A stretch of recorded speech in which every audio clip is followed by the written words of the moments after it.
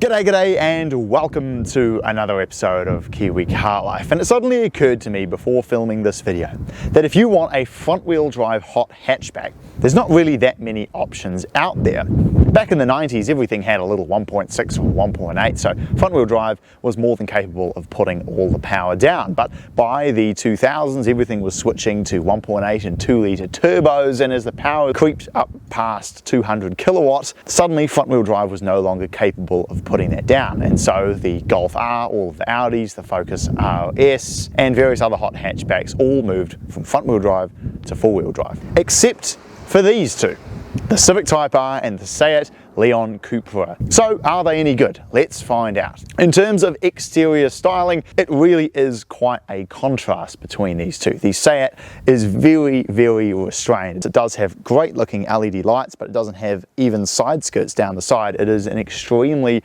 restrained looking car for the amount of power that it makes. The Civic Type R, on the other hand, really needs no introduction. You're either going to love it or you're going to hate it. There is a lot of fake carbon fibre. It has enormous 20-inch wheels with bright red brake calipers. There's so much going on in the front and rear bumpers, of course, with the massive spoiler in the back. You can spot one of these from a mile away, whereas the Seat will blend in with regular traffic, and most people will have no idea that it's hiding a well over 200 kilowatt 2 litre turbo engine under the bonnet. The Civic Type R has a K20 C1, makes 225 kilowatt or 306 horsepower and 400 newton meters, sending its power through only a 6-speed manual transmission with a limited slip differential.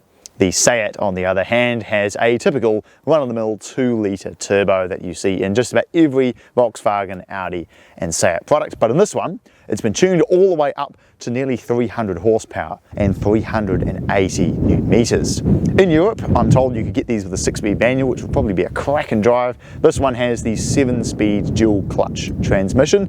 So with them both making almost exactly the same amount of power and torque and weighing pretty much the same, really the only thing to choose between them in the powertrain front is the transmission choice. The main advantage with the Seat in my mind, other than the perhaps slightly more sedate looks, is the interior. The infotainment system has got Apple CarPlay and Android Auto, like with the Civic Type R, but it's on a bigger screen and just has slightly more modern looking graphics.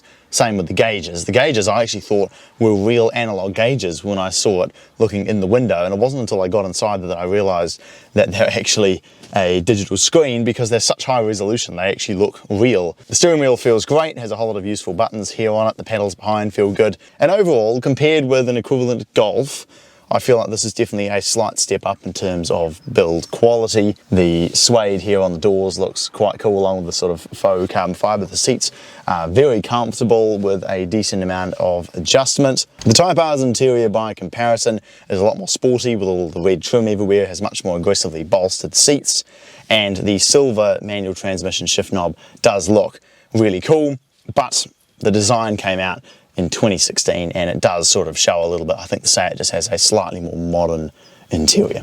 I've just discovered a few other things about the Seat that are actually really quite cool. You can change what the gauge cluster looks like, from 2 big gauges to just little text down the bottom, sort of gauges around the edge, or the sort of Audi style gauge in the middle. So let's see how it goes.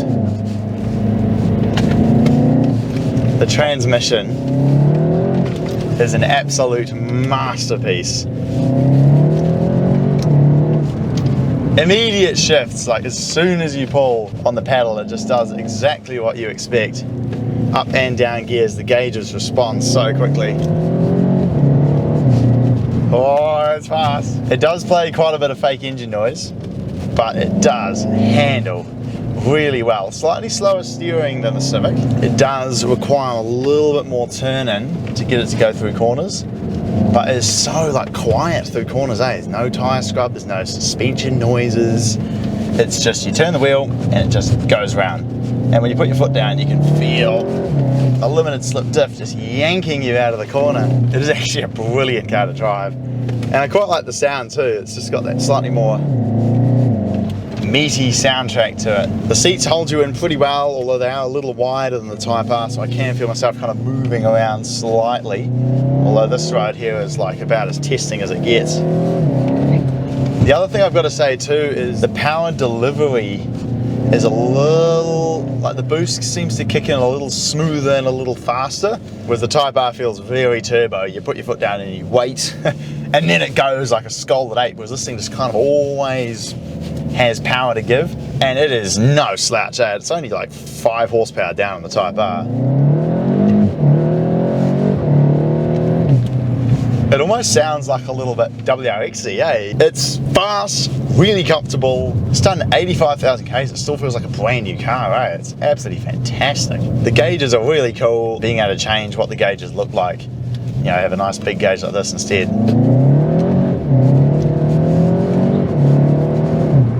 It's super cool. It is just a very, very proficient car. There is no denying that. It is absolutely excellent.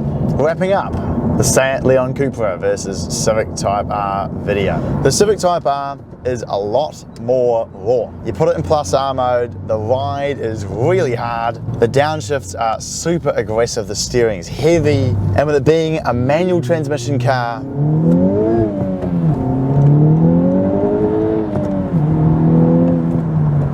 it's just an unbelievably engaging drive. This manual gearbox is one of the best in the business. Steering feel is really good. You can just place the car exactly where you want it, changes direction so quickly, but then at the same time you can put it into comfort mode and it's just a lovely car to drive. That said, the Seat is a less compromised car. It does ride a little bit better, it's a little bit quieter on the open road, probably just it's got slightly narrower tyres, and it is a more dailyable car, especially given it is available with a dual clutch gearbox. And as far as dual clutches go, it is a very, very good transmission, probably one of the best I've ever driven. But there is something to be said for just raw power and unbelievable handling. Look at that.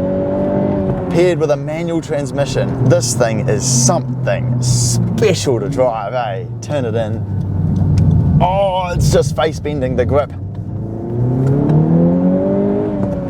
Oh, these are just unbelievable. And I think that's the difference, is that I got out of the Seat and I went, that was fantastic, but I don't really feel like I need to own one. But the Type R, every time I drive one of these, I leave wanting to buy one so badly. You know, it would just be the obvious upgrade to every Honda I've had in the past. It really is a brilliant culmination of performance, comfort, features, with my favorite transmission, a manual gearbox, and blistering speed. Oh yeah. I don't know how else to summarize it. Like, I'm just having more fun in the Civic Type R. One last pull. Oh yeah. Oh, that's quick, eh? Oh.